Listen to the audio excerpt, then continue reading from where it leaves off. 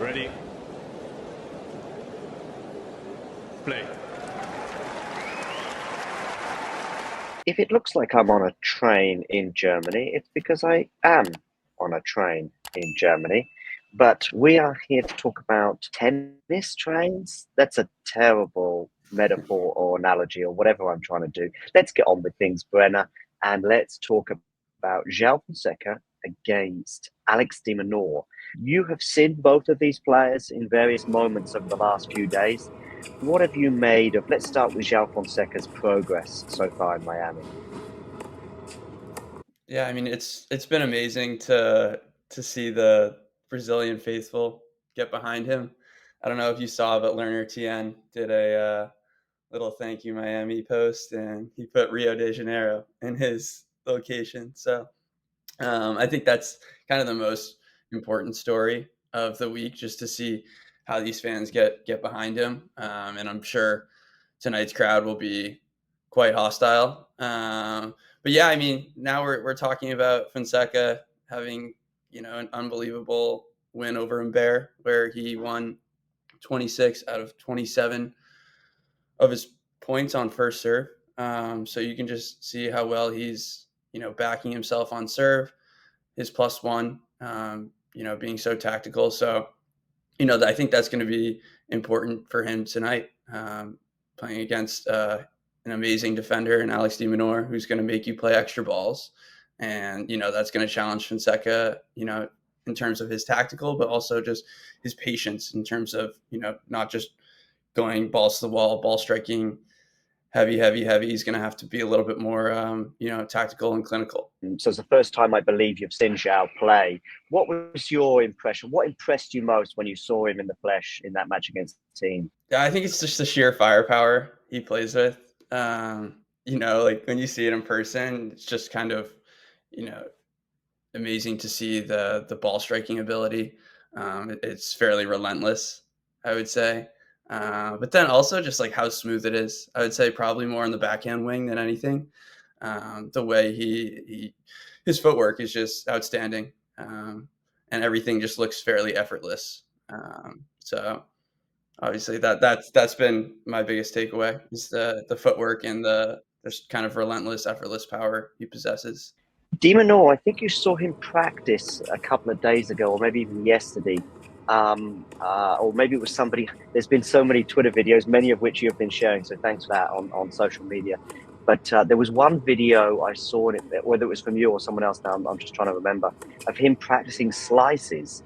Now the comment, which was in Portuguese, it may well have been your video actually, Brennan. I think it was. Hmm. Did you see Dimonor practice? Yep. Yep.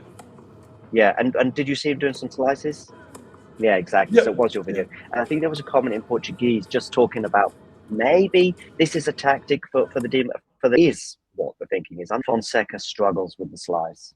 Yeah, I think that'll be interesting. I think it just makes Fonseca think a little bit more in terms of not overhitting.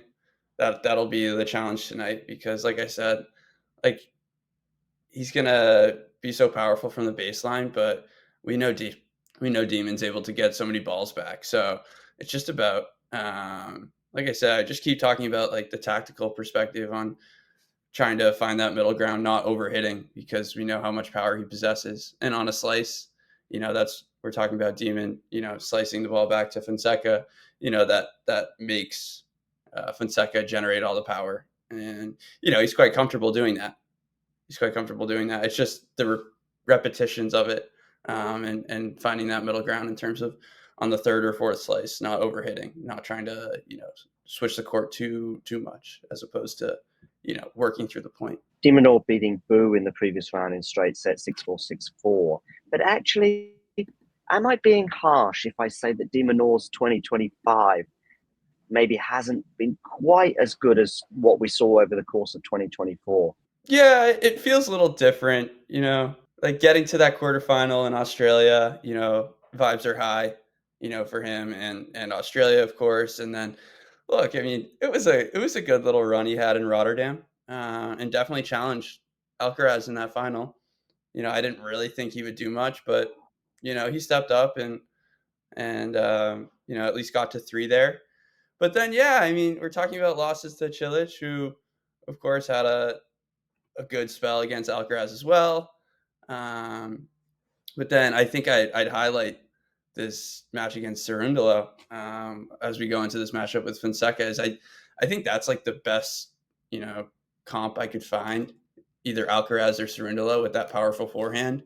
But I just, when I think about Franny, I think about, how his tactics are and his patience level and just his ability to ball strike so cleanly from both wings.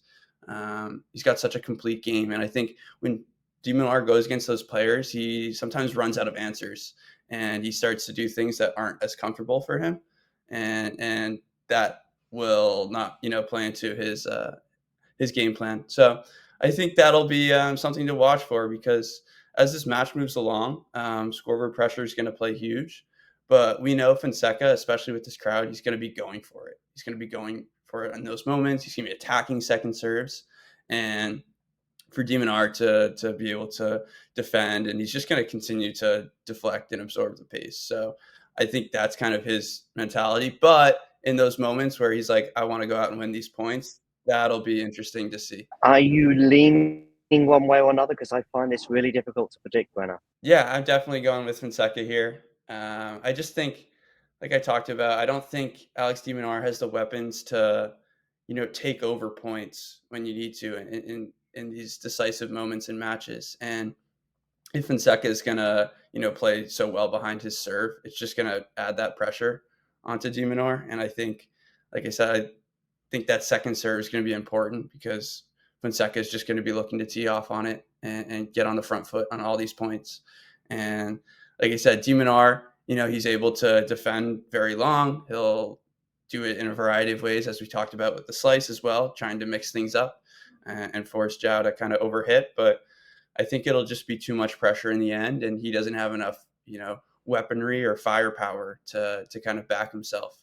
I think he might look to shorten points, come to the net a little bit more if he can, but he's just going to look, for different ways. And I don't think he'll have the answers for, Fonseca's firepower and variety. And the crowd, I have to mention.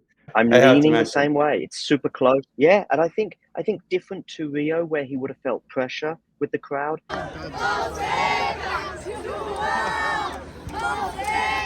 I think in Miami, it's a bit of a better pressure, if that makes sense. Right. I think he's totally embracing it as well. In that match versus Tien, getting the crowd hyped up with his arms multiple times, and showing good strength. Also, like, up a break, but now he's feeling very nauseous. Like, that's a tough moment. And the crowd got behind him, and he backed himself well. So that was also good to see. Joao Fonseca, de Minaur. I was talking to Brenner about that just before we went live, and I'm just leaning Fonseca. I just think that maybe de Minaur's sort of strengths probably won't be a big deal for Joao. The speed that de Minaur has. Even if it depends, of course, on what Joao does. Yeah, it will depend on both. Let's say, I can see at this premature stage of Joao's career, maybe de Minaur's tennis can still be a little bit uncomfortable for him. It depends, of course, on probably also on how the match will start, because if Fonseca starts well, then he may feel confident, and so hitting more confidently can prove to be too tough for de Minaur's kind of game. But if de Minaur manages to put some doubts in Fonseca's head, then maybe something positive can happen for de Minaur. For me, yeah, probably leaning towards Fonseca a bit because of how the tournament is. I don't know, the atmosphere also there is probably will give something more to him. But I still think, of course, at this premature stage of Fonseca's career, this can be a 50-50 more or less. I think it's a very, very interesting match. Agreed. That's coming up later on tonight. I think Damien and I will be bringing coverage of that. Look, my prediction, what's the draw? Fonseca de Minaur is round 3 match. To play Because I was saying my prediction for Fonseca is the quarterfinal in this tournament. Okay. But then remember, what am I even saying without knowing the draw? Berrettini or Bergs? I think Berrettini could be a problem. Could be. I think it's a moment, as I said, these are all players who can, in my opinion, both at this moment, I mean, Miami 2025, both win and lose, of course, in my opinion, against, depending, of course, on both the level these guys would show and also the level Fonseca will show, because we have seen how much it depends on Fonseca. But yeah, so one of these four players will be in quarterfinal. Okay. In the quarterfinal. Yeah, I mean, yeah, Joao is zero idea about who will be, honestly. Yeah, I would listen. I'm leaning Joao against de Minaur. If he plays Bergs, I would be optimistic that he would make the quarters. Berrettini, is he serving well? Because if he is, that could make things more interesting. The matchup with Joao. I know Joao's got a good return. He didn't play a great match against Gaston, actually, Berrettini, but he finally, at the fourth attempt, managed to win his first match in Miami. So I don't know. He never played that well here, but I don't think there is a particular reason why Berrettini never played well in Miami. De Minaur can hurt Fonseca with his grandson, therefore cannot play well. Fonseca loves it. Yeah, that's true. The only thing is that I want to just avoid, that situation where we already assume a player, has kind of completed. I'm pretty sure in Miami 26, we would be in a very different position before this match. But before this one, I'm still, of course, giving de Minaur some chances.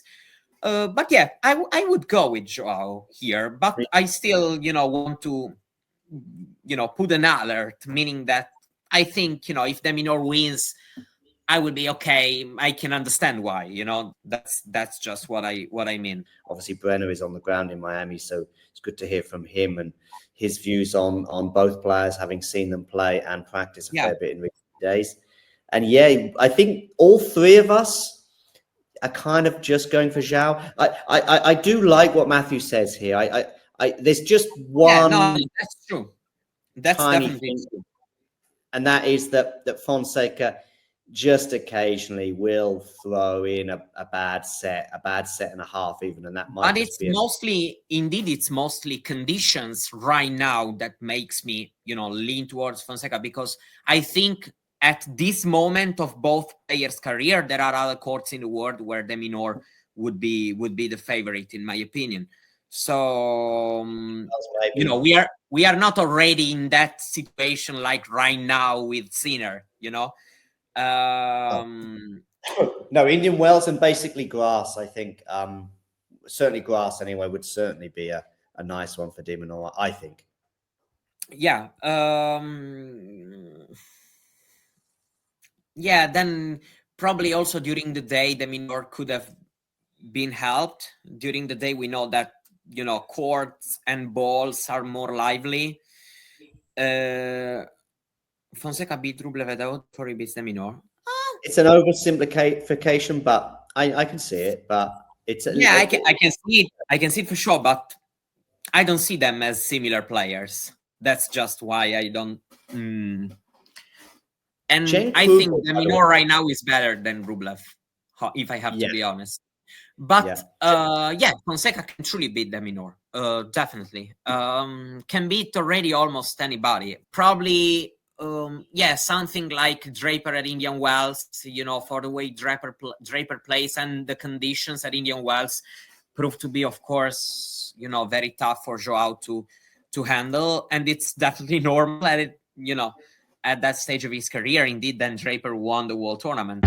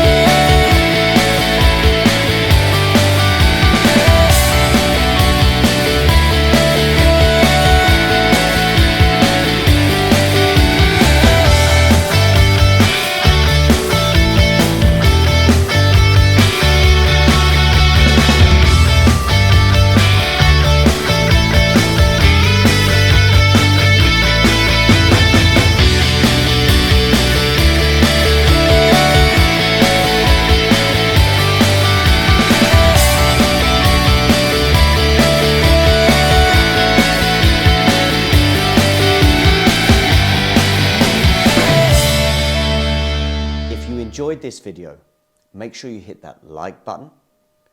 Don't forget to subscribe and click that notification bell so you don't miss out on all things tennis.